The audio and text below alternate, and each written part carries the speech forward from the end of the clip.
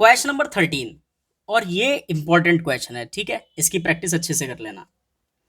If 5 की power 2x plus 1 divided by 25 equals to 1 to 5, find the value of x। हमें तो x की value बतानी है। तो देखो आपको कुछ दिखाई दे रहा है, ये जो 5 है, ये 25 भी देखो 5 का मल्टीपल है, और ये भी 5 का मल्टीपल है। कुछ समझ में आ रहा है?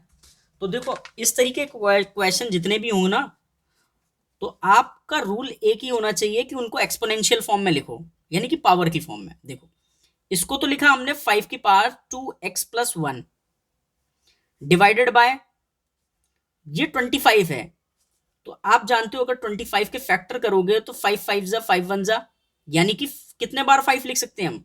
5 की पावर 2। ठीक है, इसी तरीके से 125 होता, तो आप 125 को कैसे लिखते? देखो 125 है, 5 से करते तो 25 आता, और 5 से करोगे तो 5, और 5 से 1, यानी कि 5 की पावर 3। अगर इतना आपको आ गया, फिर इस क्वेश्चन में कुछ भी नहीं बचा। ठीक है, अब देखो ये और ये सेम बेस है, तो 5 की पावर 2x प्लस 1 और माइनस का 2। आपको समझ में नहीं आया ये क्या कहा मैंने? ठीक है, ध्यान से समझो। a की पावर m और फिर डिवाइड लगा हो, और a की पावर n हो, तो a की पावर m माइनस n, ये फॉर्मूला होता है। ठीक है, m माइनस n, आप समझ गए होगे अब। तो ये हमारा क्या है? फॉर्मूला। तो देखो ये बेस दोनों कैसे हैं? इस जैसे। पावरें ये क्या हो जाएंगी? माइनस। अगर बेस सेम हो और बीच में डिवाइड हो तो माइनस होती है पावर। तो देखो ये वाली पावर ये लिख दी, और ये वाली पावर ये रख दी, और बीच में क्या लिखा? माइनस। इक्वल्स टू 5 की पावर 3। ये पावर्स हैं, ठीक है, ये 5 की पावर है ऊपर।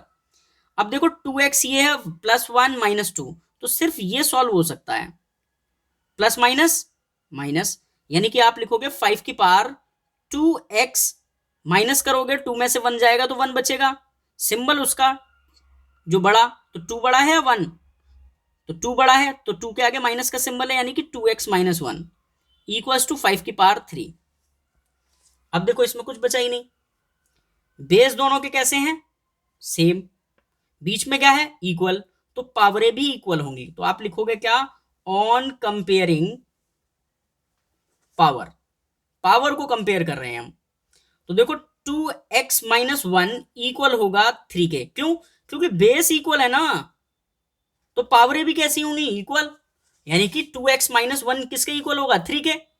आप सॉल्व करके आप निकाल सकते हैं x की वैल्यू। तो देखो 2x ऐसे ही रखा, इक्वल 3 ऐसे ही रखा, ये माइनस का 1 इक्वल के इधर जाएगा तो प्लस का 1, तो 2x की वैल्यू कितनी हो गई? 3 प्लस 1 क्या होता है? 4।